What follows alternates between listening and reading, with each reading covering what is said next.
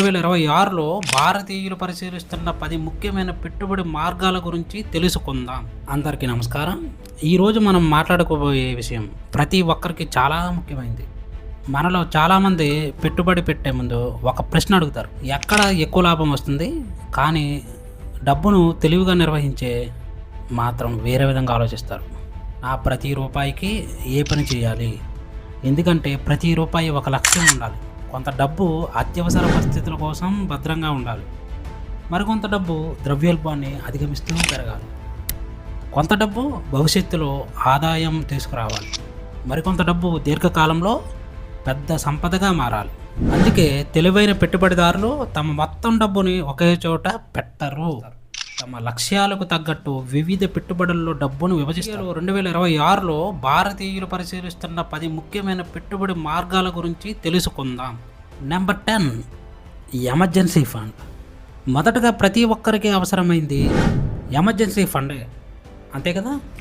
ఉద్యోగం, ఆరోగ్యం లేదా ఏదైనా అనుకోని పరిస్థితుల్లో వచ్చినప్పుడు అప్పులపై ఆధారపడకుండా ఉండేందుకు ఇది సహాయపడుతుంది. కనీసం కొన్ని నెలల ఖర్చులకు సరిపడే డబ్బును ప్రత్యేకంగా ఉంచుకోవడం మంచిది. Number 9, fixed deposits. రిస్క్ తక్కువగా కోరుకునే వారికి ఫిక్స్డ్ డిపాజిట్ ఒక ఎంపిక. ఇందులో డబ్బు భద్రతకు ప్రాధాన్యత ఉంటుంది, అయితే పెట్టుబడి పెట్టే ముందు వడ్డీ రేట్లు, నిబంధనలు పరిశీలించాలి. నెంబర్ 8, బంగారం. మీరందరికీ బాగా ఇష్టపడేదే. భారతీయులకు బంగారంతో ప్రత్యేకమైన అనుబంధం ఉంది. ఆర్థిక పరిస్థితులు మారినప్పుడు బంగారం ఒక రక్షణ. కానీ మొత్తం డబ్బుని బంగారంలోనే పెట్టడం సరైన నిర్ణయం కాదు. Number 7, bonds. ఈ బాండ్స్ అంటే ప్రభుత్వాలు లేదా సంస్థలకు డబ్బు ఇచ్చి దానికి ప్రతిఫలం పొందే పెట్టుబడి విధానం. మీ పోర్ట్ఫోలియోలో స్థిరత్వం కోసం కొంతమంది వీటిని ఎంచుకుంటారు. Number 6, REITs. ఈ రియల్ ఎస్టేట్లో నేరుగా పెద్ద మొత్తంలో పెట్టుబడి పెట్టలేని వారికి రీట్స్కి ఒక మార్గం. కమర్షియల్ ప్రాపర్టీల ఆధారంగా పెట్టుబడి అవకాశం లభిస్తుంది. Number 5, real estate. సరైన ప్రాంతంలో సరైన పరిశోధనతో చేసిన రియల్ ఎస్టేట్ పెట్టుబడి దీర్ఘకాలంలో విలువ పెరగడానికి మాత్రం అవకాశం ఇస్తుంది, కానీ తొందరపడి నిర్ణయం తీసుకోకూడదు. నెంబర్ 4, అదేనండి మన ఎస్ఐపి సిప్. చిన్న మొత్తంలో క్రమం తప్పకుండా పెట్టుబడి ప్రారంభించడానికి మాత్రం ఎస్ఐపి ఒక ప్రసిద్ధ మార్గం. ప్రతి నెల పెట్టడం ద్వారా దీర్ఘకాల లక్ష్యాలను చేరుకోవడానికి ఇది సహాయపడుతుంది. Number 3, mutual funds. ఈ మ్యూచువల్ ఫండ్స్ ద్వారా నిపుణులు నిర్వహణలో వివిధ ఆస్తులు పెట్టుబడి పెట్టే అవకాశం మాత్రం ఉంటుంది, అయితే ప్రతి ఫండ్ రిస్క్ మరియు లక్ష్యాలను అర్థం చేసుకొని ఎంపిక చేయాలి. Number 2, share market.